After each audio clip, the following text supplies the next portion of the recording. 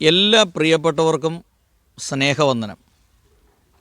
North Indian സംസ്ഥാനങ്ങളിൽ ഓരോ ദിവസം ചെല്ലുന്തോറും ക്രിസ്തീയ വിശ്വാസികൾക്ക് നേരെയുള്ള ആക്രമണം വർദ്ധിച്ചു വരികയാണ്. വിശ്വ ഹിന്ദു പരിഷത്തിൻ്റെയും ബജറംഗ് ദളിൻ്റെയും നേതൃത്വത്തിലുള്ള ആളുകളാണ് കൂടുതലും ക്രൈസ്തവ സമൂഹത്തിന് നേരെ ആക്രമണങ്ങൾ അയച്ചുവിടുന്നത്. അവരുടെ ആരാധനാലയത്തിൽ കടന്നു ചെല്ലുക, ആരാധന തടസ്സപ്പെടുത്തുക, പാസ്റ്ററെയും കുടുംബത്തെയും ഉപദ്രവിക്കുക, വിശ്വാസികളെ ചീത്ത പറയുക, ബൈബിൾ വലിച്ചു കീറുക, ഇങ്ങനെ പള്ളി തല്ലി തകർക്കുക, ഇങ്ങനെയുള്ള കാര്യങ്ങളാണ് ഇവർ ചെയ്തുകൊണ്ടിരിക്കുന്നത്. അത്യന്തം ഖേദപരമായ കാര്യങ്ങളാണ് ഇതൊക്കെ. ഈ വാർത്തകളൊന്നും പൊതുവെ പുറം ലോകം അറിയുന്നില്ല എന്ന് മാത്രമല്ല, പോലീസ് അധികാരികളും മറ്റ് അതുമായി ബന്ധപ്പെട്ടുള്ള അധികാരികളെല്ലാം ഇവരുടെ പക്ഷം ചേർന്ന് നിൽക്കുന്നത് കൊണ്ട് വലിയ പ്രതിസന്ധിയാണ് ഈ നാളുകളിൽ നോർത്ത് ഇന്ത്യൻ സംസ്ഥാനങ്ങളിൽ ക്രിസ്തീയ വിശ്വാസികൾ നേരിടുന്നത്.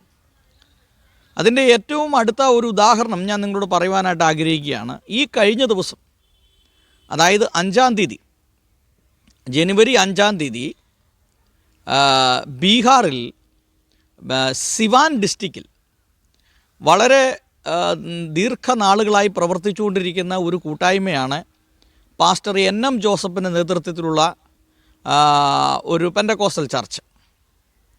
എന്നാൽ ഈ ചർച്ച് പ്രവർത്തിക്കുന്നത് ഒരു ഓഡിറ്റോറിയത്തിലാണ്. ഒരാഴ്ചയിൽ 2000-ത്തിലധികം രൂപ വാടക കൊടുത്ത് ഏതാണ്ട് ഒരു മാസം 10,000-ഓളം രൂപ മാസം വാടക കൊടുത്താണ് പാസ്റ്റർ എൻ.എം. ജോസഫ് കൂട്ടായ്മ അല്ലെങ്കിൽ ആരാധന മീറ്റിംഗ് നടത്തുന്നത്. പാസ്റ്റർ എൻ.എം. ജോസഫിനെ കുറിച്ച് പറയുമ്പോൾ കഴിഞ്ഞ 35 വർഷങ്ങളായി ബീഹാറിൽ സുവിശേഷ വേല ചെയ്യുന്ന ഒരു അനുഗ്രഹിക്കപ്പെട്ട ദൈവദാസനാണ്. ഹിന്ദിയും ഇംഗ്ലീഷും നന്നായി അറിയാവുന്ന നല്ല വിദ്യാഭ്യാസമുള്ള പാസ്റ്റർ എൻ.എം. ജോസഫ് താൻ സുവിശേഷ വേല മാത്രമാണ് ചെയ്യുന്നുള്ളൂ എന്ന് മുന്നിൽ കണ്ടുകൊണ്ട് താൻ വേറെ സ്കൂളുകളോ മറ്റ് സ്ഥാപനങ്ങളോ ഒന്നും സ്ഥാപിക്കാനായിട്ട് പോയില്ല. എന്നാൽ തന്നേക്കാൾ വിദ്യാഭ്യാസം കുറഞ്ഞ പല ആളുകളും ഈ സിവാൻ ഡിസ്ട്രിക്റ്റിൽ തന്നെ കടന്നു വന്ന് അവിടെ സ്കൂളുകളും മറ്റ് സ്ഥാപനങ്ങളൊക്കെ സ്ഥാപിച്ചിട്ടുണ്ട്. സിവാൻ ഡിസ്ട്രിക്റ്റിൽ ഗോപാലഗഞ്ച് അതുപോലുള്ള മേഖലകളിലൊക്കെ ഇദ്ദേഹത്തെക്കാൾ വിദ്യാഭ്യാസം കുറഞ്ഞ ഒരുപാട് ആളുകൾ ഇന്ന് സ്കൂളുകളും മറ്റ് സ്ഥാപനങ്ങളൊക്കെ തുടങ്ങി നല്ല കോടീശ്വരന്മാരായി ഉന്നതമായ നിലയിൽ ജീവിക്കുന്ന പല ആളുകളുമുണ്ട്. അതേസമയം പാസ്റ്റർ എൻ.എം. ജോസഫ് ഞാൻ സുവിശേഷ വേല മാത്രമേ ചെയ്യുന്നുള്ളൂ, മറ്റ് ഒരു ബിസിനസ് മേഖലയിലേക്ക് ഞാൻ കടക്കുന്നില്ല എന്നുള്ള ആ ലക്ഷ്യത്തോടു കൂടി താൻ അവിടെ സുവിശേഷ പ്രവർത്തനമായി മുമ്പോട്ട് പോവുകയാണ്. അപ്പോഴാണ് ഈ കഴിഞ്ഞ ഞായറാഴ്ച അദ്ദേഹത്തിൻ്റെ ആരാധനാലയത്തിലേക്ക്, അദ്ദേഹം ആരാധന നടത്തിക്കൊണ്ടിരിക്കുന്ന ഹാളിലേക്ക് 50-ലധികം വരുന്ന ബജറംഗ് ദൾ വിശ്വ ഹിന്ദു പരിഷത്തിൻ്റെ ആളുകൾ കടന്നു വരികയും ആ ആരാധന അലങ്കോലമാക്കുകയും ചെയ്തു. അതിൻ്റെ പിന്നിലൊരു കാരണമുണ്ട്. ഈ ഓഡിറ്റോറിയത്തിൻ്റെ മുകളിലുള്ള നിലയിൽ ഒരു ബാങ്ക് പ്രവർത്തിക്കുന്നുണ്ട്. അപ്പോൾ ഞായറാഴ്ചയായിട്ടും ബാങ്കിൻ്റെ ഒരു മീറ്റിംഗ് അവിടെ അവർ ഉണ്ടായിരുന്നു. ആ മീറ്റിങ്ങിൽ വന്ന ഒരു വ്യക്തി ഇവിടെ താഴെ നടക്കുന്ന ആരാധന കാണുകയും അതിൽ അസൂയ പൂണ്ട് അദ്ദേഹം മറ്റ് ആളുകളെ ഫോൺ വിളിച്ച് പറയുകയും നിമിഷങ്ങൾക്കകം 50-ലധികം ആളുകൾ വിശ്വ ഹിന്ദു പരിഷത്ത് ബജറംഗ് ദളിൻ്റെ ആളുകൾ അവിടെ കടന്നു വരികയും ആ ആരാധന അലങ്കോലമാക്കുകയും ചെയ്തു. അതിലും പ്രധാനപ്പെട്ട ഒരു കാര്യം, അവർ പോലീസ് സ്റ്റേഷനിലേക്ക് വിളിച്ചു പറഞ്ഞ് പോലീസ് അധികാരികൾ എത്തുകയും മഹിളാ കോൺസ്റ്റബിൾമാർ, അതായത് ലേഡീസ് പോലീസ്, അവിടെയുള്ള സ്ത്രീകളെ തല്ലുകയും പോലീസ് അധികാരികൾ അവിടെയുള്ള ചെറുപ്പക്കാരെ ഉപദ്രവിക്കുകയും ചെയ്തു. അങ്ങനെ ലേഡീസ് പോലീസ് പെൺകുട്ടികളെയും ഉപദ്രവിച്ചു. ഒരു പെൺകുട്ടിക്ക് അതിശക്തമായ രീതിയിലുള്ള പ്രഹരമേറ്റു. അങ്ങനെ ഈ പോലീസ് അധികാരികൾ ഇവരുടെ വാക്കുകൾ പോലും കൈക്കൊള്ളാതെ അവരുടെ സഭയിൽ പ്രാർത്ഥനാ സ്ഥലത്ത് കടന്നു വരികയും പെൺകുട്ടികളെയും അതുപോലെയുള്ള ചെറുപ്പക്കാരായിട്ടുള്ള ആളുകളെയും പോലീസ് അധികാരികൾ തങ്ങളുടെ ലാത്തി കൊണ്ട് അതിക്രൂരമായ രീതിയിൽ മർദ്ദിക്കുകയും ചെയ്തു. ഇത് അങ്ങേയറ്റം ഖേദകരവും അങ്ങേയറ്റം തെറ്റായ ഒരു നടപടിയാണ് എന്ന് പറയാനായിട്ട് ആഗ്രഹിക്കുകയാണ്. അപ്പോൾ ഒരു കാര്യം ഇതിൽ നിന്ന് വളരെ വ്യക്തമായി മനസ്സിലാക്കുന്നത്, പോലീസ് അധികാരികളും മറ്റ് പലരും നമ്മുടെ ഭരണഘടനയെ സംരക്ഷിക്കുക എന്നുള്ള ലക്ഷ്യത്തോടു കൂടിയല്ല പ്രവർത്തിക്കുന്നത്, മറിച്ച് ചില വ്യക്തികളുടെ, ചില സംഘടനകളുടെ ഏജൻറ്റുകളായി പ്രവർത്തിക്കുന്നു എന്നുള്ളതാണ് അത്യന്തം ഖേദകരമായ കാര്യം. ഇത് തീർത്തും തെറ്റാണ്. ഇനി അതുമാത്രമല്ല, പാസ്റ്റർ എൻ.എം. ജോസഫിനെയും അദ്ദേഹത്തിൻ്റെ ഭാര്യയെയും അതോടൊപ്പം 2 ചെറുപ്പക്കാരെയും അവർ ബലമായി പിടിച്ചുകൊണ്ടു പോവുകയും 12 മണിക്ക് പോലീസ് സ്റ്റേഷനിൽ കൊണ്ടുപോയതിന് ശേഷം 4 മണി വരെ അവിടെ ഇരുത്തുകയും അതിശക്തമായ രീതിയിൽ ഭീഷണി മുഴക്കുകയും ചെയ്തു. അപ്പോൾ അത്യന്തം ഖേദകരമായ കാര്യമാണ്. എന്നാൽ തങ്ങളുടെ വിശ്വാസികൾക്ക് നേരിട്ട ആ ക്രൂരമായ പീഡനം, അത് പാസ്റ്റർ എൻ.എം. ജോസഫിൻ്റെയും അദ്ദേഹത്തിൻ്റെയും കുടുംബത്തിന് മുമ്പിൽ വെച്ച് ഇത് ചെയ്തതുകൊണ്ട് അത്യന്തം ഖേദകരമായ ഒരു കാര്യമാണ് ആയിപ്പോയി എന്ന് പാസ്റ്റർ എന്നോട് പറയുവാനായിട്ട് ഇടയായിരുന്നു. അപ്പോൾ എന്തായാലും ക്രൈസ്തവ സമൂഹത്തിന് നേരിടുന്ന ഈ തരത്തിലുള്ള ആക്രമണങ്ങൾ അത് ഓരോ ദിവസം നോർത്ത് ഇന്ത്യൻ സംസ്ഥാനങ്ങളിൽ വർദ്ധിച്ച് വരികയാണ്. ഇതിൻ്റെ പിന്നിൽ പ്രവർത്തിക്കുന്നത് ചില തൽപര കക്ഷികളാണ്, ചില ചോട്ടാ നേതാക്കന്മാർ. അവർ അവരുടെ പേരെടുക്കാൻ വേണ്ടി ചെയ്യുന്ന പ്രവർത്തനങ്ങളാണ്. എന്നാൽ കേന്ദ്ര സർക്കാർ, അതായത് നരേന്ദ്രമോദിയുടെ നേതൃത്വത്തിലുള്ള കേന്ദ്ര സർക്കാർ ക്രിസ്തീയ സമൂഹത്തെ ചേർത്ത് പിടിച്ച് മുമ്പോട്ട് പോകാനായിട്ട് ശ്രമിക്കുമ്പോൾ ആ ഇതുമായി ബന്ധപ്പെട്ടുള്ള വിശ്വ ഹിന്ദു പരിഷത്ത്, ബജറംഗ് പോലെയുള്ള സംഘടനകൾ ക്രിസ്തീയ സമൂഹത്തെ ഉപദ്രവിക്കുന്നു എന്നുള്ളത് അത്യന്തം ഖേദകരമായ കാര്യമാണ്. ഇനി അവരുടെ ഭാഗത്ത് നിന്ന് ചിന്തിക്കുമ്പോൾ അവർ പറയുന്ന മറ്റൊരു കാര്യമുണ്ട്, നിങ്ങൾക്ക് ആരാധനാലയമുണ്ടെങ്കിൽ നിങ്ങൾക്ക് പ്രാർത്ഥിക്കാം. അതായത് പാസ്റ്റർ എൻ.എം. ജോസഫ് ഇത്രയും നാൾ അവിടെ സുവിശേഷ വേല ചെയ്തെങ്കിലും തനിക്ക് സ്വന്തമായിട്ട് ഒരു ആരാധനാലയം അല്ലെങ്കിൽ അവിടെ പണി കഴിപ്പിക്കാനായിട്ട് സാധിച്ചില്ല. അതിന് സ്ഥലം മേടിക്കുവാനോ ബിൽഡിംഗ് പണിയാനോ സാധിച്ചില്ല. എന്നാൽ അദ്ദേഹത്തെ സപ്പോർട്ട് ചെയ്യാൻ കഴിവുള്ള പല ആളുകളും ആ പ്രദേശത്ത് തന്നെ ഉണ്ട്. അവരാരും അദ്ദേഹത്തെ സഹായിക്കാനായിട്ട് മുമ്പോട്ട് വന്നിട്ടുമില്ല. അപ്പോൾ നമ്മളിതിൽ നിന്നെല്ലാം മനസ്സിലാക്കേണ്ട ഒരു പച്ചയായ യാഥാർത്ഥ്യം, ചർച്ച് പണിയുക എന്നുള്ളത് പ്രധാനപ്പെട്ട ഒരു സംഗതിയാണ്. സ്ഥലം മേടിക്കുക, ബിൽഡിംഗ് പണിയുക എന്നുള്ളത് വളരെ പ്രധാനപ്പെട്ട ഒരു സംഗതിയാണ്.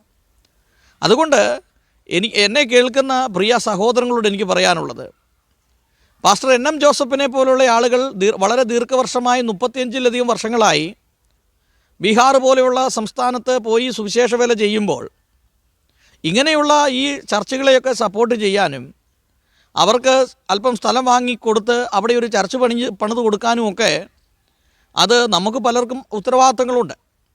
അപ്പോൾ ഇങ്ങനെ ഓരോ വീടുകളിൽ ഇങ്ങനെ പ്രാർത്ഥന നടത്തുകയും ഓരോ ഓഡിറ്റോറിയങ്ങൾ എടുത്ത് പ്രാർത്ഥന നടത്തുകയും ചെയ്യുമ്പോൾ, പ്രത്യേകിച്ച് ഓഡിറ്റോറിയങ്ങളിൽ പ്രാർത്ഥന നടത്തുമ്പോൾ അതിഭീമമായ ഒരു തുക മാസത്തിൽ ചിലവാകുന്നു. അപ്പോൾ നിങ്ങൾ ഈ വിഷയത്തെക്കുറിച്ചൊക്കെ വളരെ ചിന്തിക്കുകയും നിങ്ങൾ കഴിയുമെങ്കിൽ പാസ്റ്റർ എൻ.എം. ജോസഫിനെ പോലെയുള്ള ആളുകളെ വിളിക്കുകയും നിങ്ങളെക്കൊണ്ട് പറ്റുന്ന പോലെയുള്ള സഹായങ്ങളും സഹകരണങ്ങളൊക്കെ ചെയ്യണം എന്നാണ് എനിക്ക് ഓർമ്മപ്പെടുത്താനായിട്ടുള്ളത്. നമ്മൾ കൺവെൻഷനും കൂട്ടായ്മകളും മീറ്റിങ്ങുകളൊക്കെ നടത്തി കോടിക്കണക്കിന് രൂപ തിന്നു തീർക്കുമ്പോൾ, ആവശ്യമില്ലാതെ പൈസ നമ്മൾ വെള്ളത്തിൽ കളയുമ്പോൾ, ഇങ്ങനെയുള്ള ഈ നോർത്ത് ഇന്ത്യൻ സംസ്ഥാനങ്ങളിൽ ഉള്ള കൂടിവരികളെ സഹായിക്കുകയും ഇവിടെയൊക്കെ ചർച്ച് ബിൽഡിങ്ങിൻ്റെ ആവശ്യകതയും സ്ഥലം മേടിച്ച് ബിൽഡിങ് പണിത് അത് ചർച്ചായി മാറ്റുകയും ചെയ്യേണ്ട ആവശ്യകതകളുണ്ട് എന്നുള്ളത് തിരിച്ചറിയണം. പലപ്പോഴും എവിടെയെങ്കിലും ആളുകൾ കൂട്ടം കൂടി അല്ലെങ്കിൽ ഒരു പ്രാർത്ഥന നടത്തുമ്പോൾ അതിനെ ആക്രമിക്കുക എന്നുള്ളത് ഇത്തരക്കാരുടെ ഒരു നിരന്തരമായ പരിപാടിയാണ്. കാരണം അടിച്ചാൽ തിരിച്ചടിക്കുകയില്ല എന്നുള്ള ഒരു സംഭവമാണ്. അപ്പോൾ അതുകൊണ്ട് നമ്മുടെ ഭരണഘടന നമുക്ക് നൽകുന്ന മൗലികമായ അവകാശങ്ങളുണ്ട്. അപ്പോൾ നമുക്ക് എവിടെ കൂടാനും കൂടി പ്രാർത്ഥിക്കാനും മീറ്റിംഗ് നടത്താനും ഒക്കെ നമുക്ക് ഭരണഘടനാപരമായ അനുവാദമുണ്ട്. എന്നാൽ ചില തൽപര കക്ഷികൾ അതിനെ എതിർക്കുകയും, അതായത് ആളുകളുടെ വികസനം, ക്രിസ്ത്യൻ മിഷണറിമാർ ലക്ഷ്യമിടുന്നത് ജനങ്ങളുടെ വികസനമാണ്. അവർക്ക് അക്ഷരാഭ്യാസം അവരെ പഠിപ്പിക്കുന്നു, അവർക്ക് നല്ല ജീവിത രീതികൾ ചെയ്തു കൊടുക്കുന്നു. ഇങ്ങനെയുള്ള പല മേഖലകളിലാണ് ക്രിസ്ത്യൻ മിഷണറിമാർ പ്രവർത്തിക്കുന്നത്.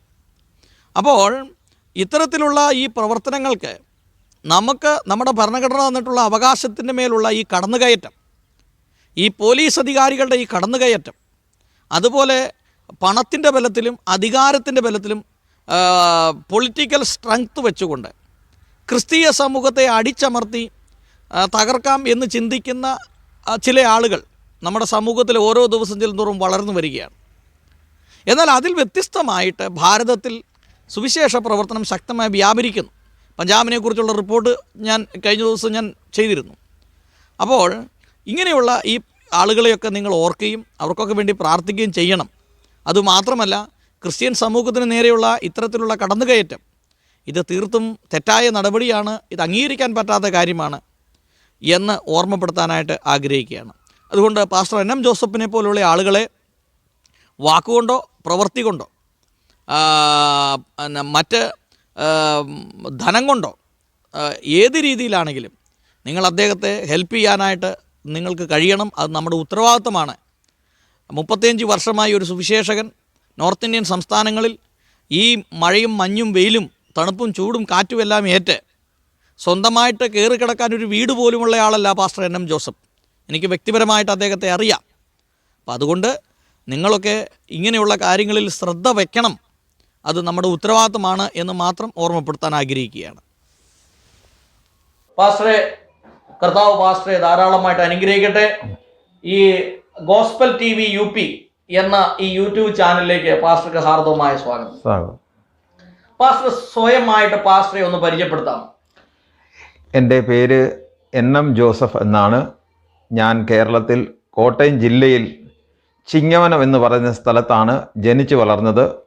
മാതാപിതാക്കളുടെ 3 ആൺമക്കളിൽ രണ്ടാമത്തെ ആളാണ്. അവിടുന്ന് കർത്താവിൻ്റെ കൃപയാൽ ബീഹാറിൽ കടന്നു വരുവാനും കഴിഞ്ഞ 32 വർഷമായി ബീഹാറിൽ കർത്താവിൻ്റെ വേല ചെയ്യുവാനും ദൈവം എനിക്ക് ഭാഗ്യം തന്നു. ഈ ബീഹാറിലേക്ക് സുവിശേഷ വേലയ്ക്ക് വരണം എന്ന് തോന്നാനുള്ള കാരണം എന്താ? ഞാൻ പൊതുവെ ബീഹാർ എന്ന് പറയുന്നത് മിഷണറിമാരുടെ ശവക്കല്ലറ എന്നാണ് അറിയപ്പെടുന്നത്. അങ്ങനെ ഇത്രയും ഭീകരമായിട്ടുള്ള അല്ലെങ്കിൽ സുവിശേഷത്തിന് അനുകൂലമല്ലാത്തൊരു സ്ഥലം പാസ്റ്റർ എന്തുകൊണ്ടാണ് തിരഞ്ഞെടുത്തത്? അതിനെക്കുറിച്ച് പറയുമ്പോൾ ഞാൻ സത്യത്തിൽ ഒരു സുവിശേഷകനാകണമെന്ന് തന്നെ താല്പര്യം കാണിച്ച ഒരു വ്യക്തിയല്ല. എങ്ങനെയെങ്കിലും ഒരു ജോലി സമ്പാദിച്ച്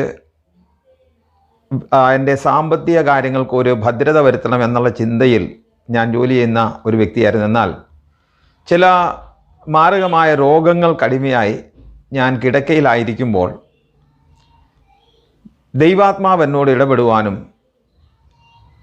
അങ്ങനെ ഞാൻ ഒരു സുവിശേഷ വേലയ്ക്ക് വേണ്ടി എൻ്റെ ജീവിതം സമർപ്പിച്ചു. അങ്ങനെ ഞാൻ ബൈബിൾ കോളേജിൽ പഠനത്തിന് വേണ്ടി കടന്നുപോയപ്പോൾ ഞാൻ ദൈവത്തോട് ചോദിച്ചു, കർത്താവേ, എങ്ങനെയുള്ള സുവിശേഷ വേല, എവിടെയാണ് സുവിശേഷ വേല ചെയ്യേണ്ടത്?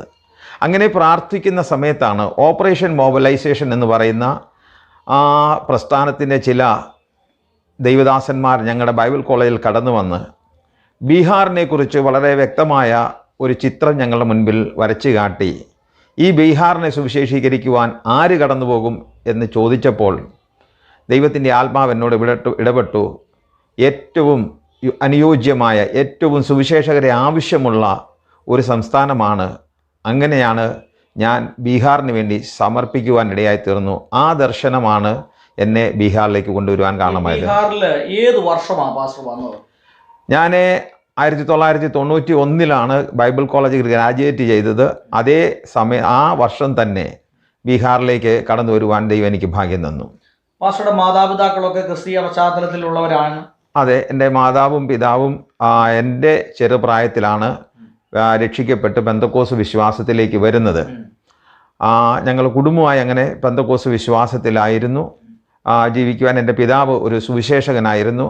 കേരളത്തിൽ മറ്റാരും കടന്നു പോകുവാൻ അന്ന് മടിച്ചു നിന്ന കുട്ടനാടിലും അതുപോലുള്ളതായ സ്ഥലങ്ങളിലും കടന്നുപോയി സുവിശേഷ വേല ചെയ്യുവാനും സഭകൾ സ്ഥാപിക്കുവാനും പിതാവ് ശ്രമിച്ചു. അനേക സഭകൾ സ്ഥാപിക്കുവാൻ എനിക്ക് സാധിച്ചു. പാസ്റ്ററുടെ വിദ്യാഭ്യാസ കാലഘട്ടമൊക്കെ എവിടെയായിരുന്നു? ഞാൻ ചിങ്ങവനത്ത് ആണ് ജനിച്ചു വളർന്നതും പഠിച്ചതും. ചിങ്ങവനം UP സ്കൂളിലാണ് 7ാം ക്ലാസ് വരെയുള്ള വിദ്യാഭ്യാസം നടന്നത്. അതിനുശേഷം പള്ളം CMS ഹൈസ്കൂളിൽ നിന്നും ഹൈസ്കൂൾ വിദ്യാഭ്യാസം നേടി. അതിനുശേഷം ഗവൺമെൻറ് കോളേജിൽ നിന്നാണ് എൻ്റെ പ്രീ ഡിഗ്രി പഠനം നടന്നത്. അതിനുശേഷം ബൈബിൾ കോളേജിൽ പഠനത്തിനോടൊപ്പം കാലിക്കറ്റ് യൂണിവേഴ്സിറ്റിയിൽ നിന്നും എക്സ്റ്റൻഡ് എഡ്യൂക്കേഷൻ വഴിയായി ഡിഗ്രിയും പഠിക്കുവാൻ കൊണ്ട് ദൈവം സഹായിച്ചു. അന്നത്തെ കാലത്ത്, അതായത് പാസ്റ്റർ പ്രീ ഡിഗ്രി പഠിക്കുന്നത് ഏതാണ്ട് ഒരു 85 കാലഘട്ടത്തിലായിരിക്കും അല്ലേ? അതെ. ആ കാലഘട്ടത്തിൽ ഒരു പ്രീ ഡിഗ്രി പാസ്സായ ഒരാൾക്ക് ജോലി കിട്ടാൻ നല്ല സാധ്യതയുണ്ട്, ഇല്ലേ? ഉണ്ടായിരുന്നു. ആ, അങ്ങനെ ജോലിക്ക് വേണ്ടി പാസ്റ്റർ ശ്രമിച്ചായിരുന്നു? തീർച്ചയായിട്ടും ഞങ്ങൾ ജോലിക്ക് വേണ്ടി ശ്രമിച്ച് അതിനുള്ള കാര്യങ്ങൾ ഒക്കെ നീക്കി ഏകദേശം എനിക്ക് ജോലി കിട്ടും എന്ന് ഉറപ്പായിരിക്കുന്ന സമയത്താണ് ഞാൻ ഈ കർത്താവിൻ്റെ വേലയ്ക്ക് വേണ്ടി എൻ്റെ ജീവിതം സമർപ്പിക്കുവാനിടയായി തീർന്നു. പ്രിയമുള്ളവരെ, നമ്മൾ വളരെ ശ്രദ്ധിക്കേണ്ട ഒരു കാര്യമാണ് ഇപ്പോൾ ഈ ബഹുമാനപ്പെട്ട പാസ്റ്റർ പറയുന്നത്. തനിക്ക് ഒരു നല്ല ജോലി കേരളത്തിൽ, ഈ ബീഹാറിൻ്റെയൊക്കെ അവസ്ഥ എന്ന് പറഞ്ഞു കഴിഞ്ഞാൽ ഇവിടെ വന്നിട്ടുള്ളവർക്കറിയാം അതുപോലെ ചൂടും തണുപ്പുമാണ്.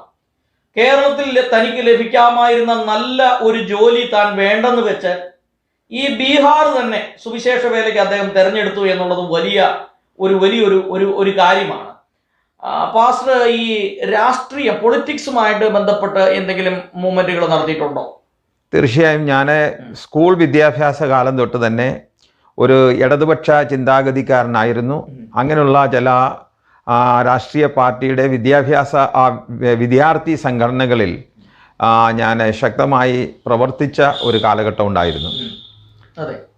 അതിനുശേഷം ഞാൻ സുവിശേഷ വേലയ്ക്ക് വേണ്ടി സമർപ്പിച്ചതിന് ശേഷം രാഷ്ട്രീയപരമായ എല്ലാ കാര്യങ്ങളും ഞാൻ തൽക്കാലം വേണ്ടെന്ന് വയ്ക്കുകയായിരുന്നു. അപ്പോൾ സുവിശേഷ വേലയ്ക്ക് സമർപ്പിച്ച് ബൈബിൾ കോളേജിൽ പോയി, അപ്പോൾ നേരെ പിന്നീട് ബീഹാറിലേക്ക് പോരുകയാണ് ഉണ്ടായത്, അല്ലേ? തീർച്ചയായിട്ടും. ഞാൻ ബൈബിൾ കോളേജ് ഗ്രാജുവേഷന് ശേഷം ചുരുക്കം ചില മാസങ്ങൾ ഒരു ട്രെയിനിങ് പോലെ ഒരു പ്രസ്ഥാനത്തിൻ്റെ ഓഫീസുമായി ബന്ധപ്പെട്ട് വർക്ക് ചെയ്യുകയും കേരളത്തിൽ കാസർഗോഡ് മുതൽ തിരുവനന്തപുരം വരെ ഒരു വാൻ ടീമിൽ സുവിശേഷ പ്രവർത്തനം നടത്തുവാൻ, പരസ്യയോഗങ്ങൾ നടത്തുവാൻ ദൈവം സഹായിച്ചു. അതാണ് എൻ്റെ കേരളത്തിലെ ആദ്യത്തെ എക്സ്പീരിയൻസ് സുവിശേഷ വേലയുള്ള ബന്ധത്തിൽ. ഈ ബീഹാറിൽ ആദ്യം വന്ന സമയത്ത് അന്നേരം വിവാഹിതനായിരുന്നു? അല്ല, ഞാൻ വിവാഹം കഴിക്കുന്നതിന് മുന്നമേയാണ് ബീഹാറിലേക്ക് കടന്നു വന്നത്. 91-ലാണ് ഞാനിവിടെ കടന്നു വന്നത്. അതിനുശേഷം ഇവിടെ വന്നപ്പോൾ വിവാഹത്തിൻ്റെ വളരെ അത്യാവശ്യം മനസ്സിലാകുകയും അങ്ങനെ 92-ൽ നാട്ടിൽ കടന്നുപോയി. ഏപ്രിൽ 30 എൻ്റെ വിവാഹം നടന്നു. 10 ദിവസത്തിനകം വീണ്ടും ബീഹാറിലേക്ക് എൻ്റെ ഭാര്യയുമായി കടന്നു വരുവാൻ ദൈവം സഹായിച്ചു. അപ്പോൾ ആ ആദ്യകാലത്തെ ബീഹാറിലെ സുവിശേഷ പ്രവർത്തന രീതിയെക്കുറിച്ചും പാസ്റ്റർ അനുഭവിച്ച ഒരു കഷ്ടതയിലൂടെ കടന്നുപോയല്ലോ. ഒരുപാട് ദിവസം പട്ടിണി കിടന്നിട്ടുള്ള ഒരു ദൈവദാസനാണ് നമ്മുടെ മുമ്പിൽ ഇരിക്കുന്നത്. അപ്പോൾ അതൊക്കെ വലിയ ചരിത്രങ്ങളാണ്, സംഭവങ്ങളാണ്, അതൊക്കെ ആളുകൾ അറിയേണ്ട കാര്യങ്ങളാണ്. ഇന്ന് കേരളത്തിലുള്ള സുവിശേഷകരും നേതൃത്വവും ഒക്കെ അറിയേണ്ട കാര്യങ്ങളാണ്. അതുപോലെ ഒരുപാട് കഷ്ടതയിലൂടെ കടന്നുപോയ ഒരു സുവിശേഷകനാണ്. ആരംഭകാലത്ത് പാസ്റ്റർ അനുഭവിച്ച കഷ്ടതകളെ കുറിച്ചൊന്ന് വിവരിക്കാമോ? ഞാൻ പറയാം. ഞാൻ ബീഹാറിലേക്ക് 91-ൽ കടന്നു വരുമ്പോൾ എന്നെ അയച്ച പ്രസ്ഥാനം എനിക്ക് അന്ന് നൽകിയിരുന്ന അലവൻസ് എന്ന് പറയുന്നത് 325 രൂപയാണ്. അതിൽ നിന്ന് 32 രൂപ 50 പൈസ ദശാംശവും 10 രൂപ മിഷണറി ഫണ്ടും പിടിച്ചതിന് ശേഷം ബാക്കിയായിരുന്നു തന്നിരുന്നത്. അതിനുശേഷം എൻ്റെ വിവാഹം കഴിഞ്ഞപ്പോൾ അത് 550 രൂപയായിട്ട് അവർ ഉയർത്തി. എന്നാൽ അത് പലപ്പോഴും എന്തെങ്കിലും ഒരു രോഗമോ മറ്റോ വന്നാൽ പിന്നെ ഞങ്ങൾക്ക് പൈസ ഇല്ലാതെ ഞങ്ങൾ വളരെ ഞെരുങ്ങുന്ന അവസ്ഥകളുണ്ടായിരുന്നു. പക്ഷേ അന്ന് നമുക്ക് പരിചയമുള്ള ആളുകൾ ആരുമില്ല. ഇന്നത്തെ പോലെ ഫോൺ സൗകര്യങ്ങളില്ല. നമ്മളൊരു സഹായം ചോദിച്ച് ഒരാൾക്കൊരു എഴുത്തെഴുതിയാൽ അതിന് മറുപടി ലഭിക്കാൻ തന്നെ 1 മാസത്തിൽ കൂടുതൽ സമയമെടുക്കും. അപ്പോൾ ദൈവത്തിൻ്റെ മുഖത്തേക്ക് നോക്കാതെ അല്ലാതെ വേറെ യാതൊരു മാർഗങ്ങളുമില്ലായിരുന്നു. അങ്ങനെ ഇരിക്കുന്ന സമയത്താണ് 1995-ൽ എനിക്ക് ഒരു മോനുണ്ട്. അവൻ കുഞ്ഞാണ്. ഞങ്ങൾക്ക് ഒരു പൈസ പോലും ഞങ്ങളുടെ കയ്യിലില്ല. ഭക്ഷണ സാധനങ്ങളൊന്നുമില്ല. ഒരല്പം ഗോതമ്പ് പൊടി ഉണ്ട്. അപ്പോൾ ഞാനും ഭാര്യയും തീരുമാനിച്ചു, ഈ ഗോതമ്പ് പൊടി നമ്മൾ ഇപ്പോൾ ഒരു നേരത്തേക്ക് ഉണ്ടാക്കിയാൽ പിന്നെ നമുക്കൊന്നുമില്ല. അതുകൊണ്ട് അതിരിക്കട്ടെ, കുഞ്ഞിന് എന്തെങ്കിലും ഉണ്ടാക്കി കൊടുക്കാം. അങ്ങനെ ഞാനും എൻ്റെ ഭാര്യയും പട്ടിണിയിരുന്നു. 1 ദിവസം കഴിഞ്ഞു, 2 ദിവസം കഴിഞ്ഞു, 3 ദിവസം കഴിഞ്ഞു, 4 ദിവസം കഴിഞ്ഞു. യാതൊരു മറുപടിയും ലഭിക്കുന്നില്ല. ഞങ്ങൾ പ്രാർത്ഥിക്കുന്നുണ്ട്, വെള്ളം കുടിക്കും. ഗ്രാമങ്ങളിലൊക്കെ അന്ന് ഞാൻ എന്നും രാവിലെ ഗ്രാമങ്ങളിൽ കടന്നുപോയി സുവിശേഷ പ്രവർത്തനം നടക്കും, തിരികെ വരും, വീണ്ടും ഇരുന്ന് പ്രാർത്ഥിക്കും. 5-ാം ദിവസം ഞായറാഴ്ചയാണ്. ഞായറാഴ്ച ഏതാണ്ട് 10-12 പേര് അന്ന് നമ്മുടെ വീട്ടിൽ ആരാധനയ്ക്ക് കടന്നു വരുന്നുണ്ട്. അവർ വന്നു. ഞങ്ങൾ ഒരുമിച്ചിരുന്ന് പാട്ടുപാടി പ്രാർത്ഥിച്ച് ആരാധന കഴിഞ്ഞ് അവർ കടന്നുപോയി. അവർ പോയതിന് ശേഷം എൻ്റെ ഭാര്യ വളരെ തളർന്നു. അന്ന് ആദ്യമായിട്ട് അവൾ കരഞ്ഞ്, ഇങ്ങനെ പോയാൽ നമ്മൾ എങ്ങനെ മുന്നോട്ട് പോകുമെന്ന് പറഞ്ഞ് തളർന്ന് കരഞ്ഞു. അപ്പോൾ ഞാൻ ആശ്വസിപ്പിച്ച് പറഞ്ഞു, ദൈവം നമുക്ക് വേണ്ടി ഇന്ന് വഴി തുറക്കും. എന്തോ എൻ്റെ മനസ്സിൽ ഒരു ധൈര്യം വന്ന് ഞാൻ പറഞ്ഞു, ദൈവം ഇന്ന് നമുക്ക് വേണ്ടി വഴി തുറക്കും. അങ്ങനെ ഞങ്ങൾ വർത്താനം പറഞ്ഞിരിക്കുന്ന സമയത്താണ് ദൈവദൂതനെ പോലെ ഒരു സഹോദരൻ കയറി വന്നു. അദ്ദേഹം ഒരു ലൂബ്രിക്കേഷൻ കമ്പനിയുടെ സെയിൽസ്മാനാണ്. അദ്ദേഹം ആ കമ്പനിയോട് ബന്ധപ്പെട്ട് ശിവാനിൽ വന്ന് ഹോട്ടലിൽ മുറിയെടുത്ത് താമസിച്ചപ്പോൾ അദ്ദേഹം ഒരു ദൈവ പൈതലാണ്. അതുകൊണ്ട് തന്നെ രാവിലെ മുതൽ താൻ ഒരു ദൈവദാസനെ അന്വേഷിച്ച് എവിടെയെങ്കിലും ഒരു കൂട്ടായ്മ കൂടുവാൻ വേണ്ടി അന്വേഷിച്ച് നടന്നതാണ്. അങ്ങനെ അന്വേഷിച്ച് അവസാനം ഒടുവിൽ എൻ്റെ അയൽവക്കത്തുള്ള ഒരാളെ അവിചാരിതമായി കാണാൻ ഇടയായി. അങ്ങനെ പലരോടും ചോദിച്ചു. കൂട്ടത്തിൽ ഇദ്ദേഹത്തോട് ചോദിച്ചപ്പോൾ അദ്ദേഹം പറഞ്ഞു, എൻ്റെ വീടിനടുത്ത് ഒരാൾ താമസിക്കുന്നുണ്ട്. എൻ്റെ പേര് പോലും അദ്ദേഹത്തിന് ശരിക്കറിയില്ല. അദ്ദേഹം പറഞ്ഞു, ഒരു നീളമുള്ള മനുഷ്യനാണ്, കേരളക്കാരനാണ്, അവരുടെ വീട്ടിൽ പ്രാർത്ഥന നടക്കുന്നുണ്ട്. അങ്ങനെ വഴിയും അഡ്രസ്സും പറഞ്ഞു കൊടുത്ത് ആ സഹോദരൻ കടന്നു വന്നത്. അങ്ങനെ കടന്നു വന്നു, അല്പസമയം ഞങ്ങളോട് സംസാരിച്ചു, പ്രാർത്ഥിച്ച് താൻ പോകാൻ നേരം ഒരു കവറ് എൻ്റെ പോക്കറ്റിൽ ഇട്ട് തന്നിട്ട് അദ്ദേഹം കടന്നുപോയി. അദ്ദേഹം ഒരു മലയാളിയായിരുന്നു. അദ്ദേഹം പോയതിന് ശേഷം ഞാൻ ആ കവർ തുറന്ന് നോക്കുമ്പോൾ അതിൻ്റെ അകത്ത് 300 രൂപയുണ്ടായിരുന്നു. അന്നത്തെ കാലത്ത് അത് പറയുമ്പോൾ സംഘടന ഞങ്ങൾക്ക് തരുന്ന ഈ 550 വെച്ച് നോക്കുമ്പോൾ ഞങ്ങൾക്കൊരു പകുതി മാസത്തിനേക്കാൾ കൂടുതൽ ഉപയോഗിക്കുവാനുള്ള പണം അതിലുണ്ടായിരുന്നു. അന്ന് അങ്ങനെ ഞാൻ പോയി വേണ്ടപ്പെട്ട റേഷൻ വസ്തുക്കളൊക്കെ വാങ്ങി വൈകുന്നേരം ഞങ്ങൾ ഭക്ഷണം ഉണ്ടാക്കി കഴിക്കുവാൻ. ദിവസം കണ്ടിന്യൂസ് ആയിട്ട് പട്ടിണിയിരുന്നു? ഇത് 5 ദിവസം. 5 ദിവസം. 5 ദിവസം തുടർച്ചയായിട്ട് ഭക്ഷണം കഴിക്കാനില്ലാഞ്ഞിട്ട്? അതെ. വീട്ടിൽ ഒന്നുമില്ല, ഭക്ഷണം ഒന്നുമില്ല. അതുകൊണ്ട് ഭക്ഷണം ഒന്നുമില്ല. ഞങ്ങൾ അന്ന് മണ്ണെണ്ണ സ്റ്റൗവാണ് ഉപയോഗിക്കുന്നത്. അപ്പം അതിലെ മണ്ണെണ്ണയും തീരാൻ പോവുകയാണ്. അപ്പം ഞങ്ങൾ അതിങ്ങനെ നോക്കിയിരിക്കുകയാണ്. കുഞ്ഞിന് മാത്രം ഈ അല്പം മിച്ചമുള്ള ഗോതമ്പ് പൊടി കൊണ്ട് ഓരോ ചെറിയ അപ്പം ഉണ്ടാക്കി കുഞ്ഞിന് കഴിപ്പിക്കും. ഞങ്ങൾ വെള്ളം കുടിച്ച് പട്ടിണിയിരിക്കും. അങ്ങനെ. പക്ഷേ ഒരു ദിവസം പോലും വീട്ടിലിരുന്നിട്ടില്ല. എല്ലാ ദിവസവും ഞാൻ രാവിലെ ഗ്രാമത്തിൽ പോകും, ഒരു ഉച്ച കഴിയുമ്പോൾ തിരിച്ചു വരും, വീണ്ടും ഞങ്ങൾ പ്രാർത്ഥിക്കും. അങ്ങനെ ഞങ്ങളുടെ സമയം കഴിയുകയായിരുന്നു. അപ്പോഴാണ് ദൈവം അങ്ങനെ അവസാനം ഈ ദൈവദാസനെ അയച്ചു. ആ ദൈവദാസനിലൂടെ ദൈവം ഞങ്ങൾക്ക് ഒരു സഹായം ചെയ്യുവാൻ ഇടയായി തീർന്നു. പിന്നെ തുടർച്ചയായി 5 ദിവസം പട്ടിണി ഇരുന്നപ്പോൾ ഇങ്ങനെ ഒരു വേലയ്ക്ക് ഇറങ്ങണ്ടായിരുന്നു, നാട്ടിലായിരുന്നെങ്കിൽ ഒരു നല്ലൊരു ജോലി ചെയ്ത് ജീവിക്കാമായിരുന്നു എന്നെന്തെങ്കിലും തോന്നിയിട്ടുണ്ടോ? ഇല്ല, ഒരിക്കലും എനിക്ക് അങ്ങനെ തോന്നിയില്ല. കാരണം അന്ന് ഞാൻ അതുപോലെ കർത്താവിന് വേണ്ടി സമർപ്പിച്ച് എന്ത് വന്നാലും പുറകോട്ട് പോകില്ല എന്നുള്ള തീരുമാനമെടുത്താണ് ഞാൻ വന്നത്. അതുകൊണ്ട് തന്നെ ഇത് ദൈവത്തിൻ്റെ ഒരു പരീക്ഷണമായിരിക്കാം എന്ന് ഞാൻ ചിന്തിച്ച് ഞങ്ങൾ സമർപ്പിച്ച് പ്രാർത്ഥിക്കുക മാത്രമാണ് ചെയ്തത്. ആരംഭകാലത്തെ പ്രവർത്തനങ്ങളെ കുറിച്ചൊന്ന് പറയാമോ? എങ്ങനെയാണ് പാസ്റ്ററുടെ ഒരു ദിവസം പാസ്റ്ററുടെ സുവിശേഷ വേല എങ്ങനെയാണ് ചെയ്തുകൊണ്ടിരുന്നത് ആരംഭകാലത്ത്? ഞാനിവിടെ വന്ന സമയത്ത് എനിക്ക് ഹിന്ദി ഭാഷ അത്ര നല്ല വശമില്ലായിരുന്നു. അപ്പോൾ ഇവിടെ മറ്റൊരു മലയാളി സാറ് മുഖാന്തരമായി ഒരു ഹിന്ദിക്കാരൻ സഹോദരനെ എനിക്ക് കൂട്ടിനായി ലഭിച്ചു. അദ്ദേഹത്തിന് ഹിന്ദി ഭാഷ അറിയാം, എന്നാൽ വചനം അറിയില്ല. എനിക്ക് വചനം അറിയാം, പക്ഷെ ഭാഷ അറിയില്ല. അപ്പോൾ ഞങ്ങൾ രണ്ടുപേരും കൂടെ എന്നും രാവിലെ ഒരു 8-8:30 മണിയോടുകൂടി ഞങ്ങൾ വീട്ടിൽ നിന്നും ഇറങ്ങും. അപ്പോൾ ഞാനിവിടെ വന്ന ആ ദിവസങ്ങളിൽ തന്നെ ചില ആളുകൾ, ചില ഉദ്യോഗസ്ഥന്മാരും ഒക്കെ ആയിട്ട് പരിചയപ്പെടുവാൻ, ഒരു ഹൈസ്കൂൾ ഹെഡ് മാസ്റ്ററുമായിട്ട് പരിചയപ്പെടുവാൻ ഇടയായിട്ടുണ്ട്. അദ്ദേഹം മുഖാന്തരം ഈ ശിവാൻ ജില്ലയുടെ ഒരു മാപ്പ് സംഘടിപ്പിച്ചു. ആ മാപ്പിൽ എല്ലാ ഗ്രാമങ്ങളും അടയാളപ്പെടുത്തിയിട്ടുണ്ട്. എന്നാൽ 1543 ഗ്രാമങ്ങളുണ്ടായിരുന്നു. അപ്പോൾ ഞങ്ങളിങ്ങനെ പ്ലാൻ ചെയ്തു, നമുക്ക് ഓരോ ദിവസവും ഈ ഗ്രാമങ്ങളിൽ പോവുക, അറ്റ്ലീസ്റ്റ് ഒരു 3 ഗ്രാമത്തിൽ ഒരു ദിവസം പോകണം. അങ്ങനെ ഞങ്ങൾ ഒരു സൈക്കിള് ഞങ്ങൾക്ക് വാങ്ങിക്കുവാൻ ദൈവം സഹായിച്ചു. ഞങ്ങൾ 2 സൈക്കിളിലായി ഞങ്ങൾ ദിവസവും കുറച്ച് ട്രാക്റ്റുകളും പുതിയ നിയമങ്ങളും സുവിശേഷ പ്രതികൾ ഇതൊക്കെ ആയിട്ട് ഞങ്ങൾ എന്നും രാവിലെ ഇറങ്ങും. ഗ്രാമങ്ങളിൽ കാണുന്ന ആളുകൾക്കൊക്കെ വിതരണം ചെയ്യും. ഹൈസ്കൂളുകളോ കോളേജുകളോ ഒക്കെ കണ്ടാൽ അവിടെ കയറി അധ്യാപകരുമായി സംസാരിച്ച് അവിടെ ചില പുസ്തകങ്ങൾ ലഘുലേഖകളും കൊടുക്കുകയും ചില 25 പൈസയ്ക്ക് ഒരു പാക്കറ്റ് ഗോസ്പൽ പാക്കറ്റ് അന്ന് കൊടുക്കുന്ന ഒരു രീതി ഉണ്ടായിരുന്നു. അങ്ങനെ അത് വിൽക്കുക, ഇങ്ങനെ ആയിരുന്നു. അങ്ങനെ ഞങ്ങൾ കടന്നുപോയി. ഏകദേശം ഒരു 4-5 മണി വരെ ഈ ഗ്രാമങ്ങൾ വഴി കറങ്ങിയതിന് ശേഷം മടങ്ങി ഞങ്ങൾ ഭവനത്തിലേക്ക് വരും. സൈക്കിൾ ചവിട്ടും വൈകുന്നേരം വരെ. അതെ, ഏതാണ്ട് ഒരു 50 കിലോമീറ്ററോളം വരും. തീർച്ചയായിട്ടും ശരാശരി 50 കിലോമീറ്റർ ഞങ്ങൾ സൈക്കിൾ ചവിട്ടിയിട്ടുണ്ട്. 80 കിലോമീറ്റർ വരെ സൈക്കിൾ ഞങ്ങൾ ചവിട്ടി പോയ അനുഭവങ്ങളുണ്ട്, അത്രയും ദൂരം വരെ.